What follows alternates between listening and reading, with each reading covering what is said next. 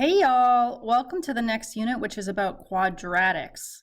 So I'll review what a quadratic is in a little bit, but our first topic is multiplying binomials. And you might oftentimes hear me talking about the phrase FOIL, F-O-I-L.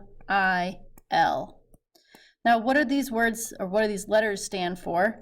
F stands for first, O stands for outer, I for inner, and L for last. First, outer, inner, last.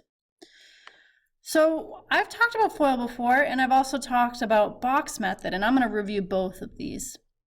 So what we're going to do is we're going to multiply the first. So r times a 4r.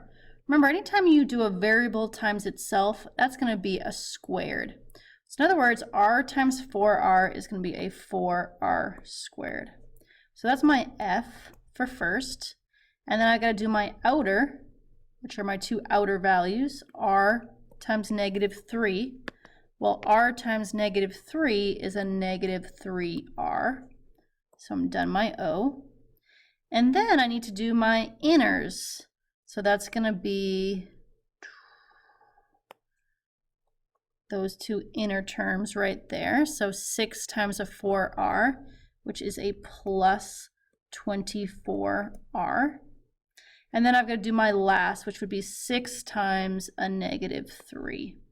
And you can see I'm doing my last, which is 6 times -3 is a -18. Now your two inner terms are always going to be like terms. So we have 24 radishes minus 3 radishes. Well, that's going to give us 21 radishes. Too many radishes for my taste. And then don't forget about the 4r squared and the -18. So that's the FOIL method, first, outer, inner, last.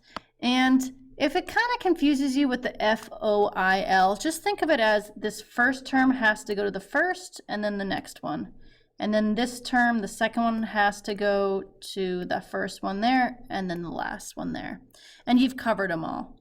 It's almost like that double rainbow. All right. So let me kind of review how to do this with box method. And box method's really truly not my favorite because you have to draw a box and you have to rewrite the problem. It just takes more time. So r plus 6 you can write on top as r plus 6. And notice how I made it a plus 6. That's important. And then here I've got a 4r minus 3, so that would be a 4r, and then I'm going to have that minus 3. So you want to attach it to the number.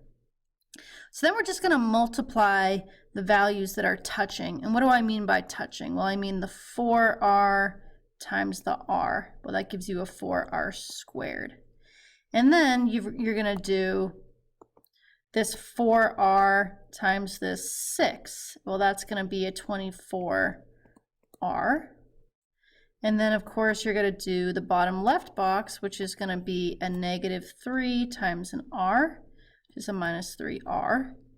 And then the last one is going to be a -3 times a 6, which is a -18. The same exact thing we got here. And then our inner values, or sorry, the ones that are kind of diagonal is what I meant, those are the ones that are going to combine. So you'll have your 4r squared coming from your green. The ones I just circled, the 24r and the -3r, that becomes a 21r, and then you've got your -18. Certainly, if you like the box method better, you certainly can go with it. It's not my favorite because it's slow. So let's do the 8p times 8p. That's going to be a 64p squared.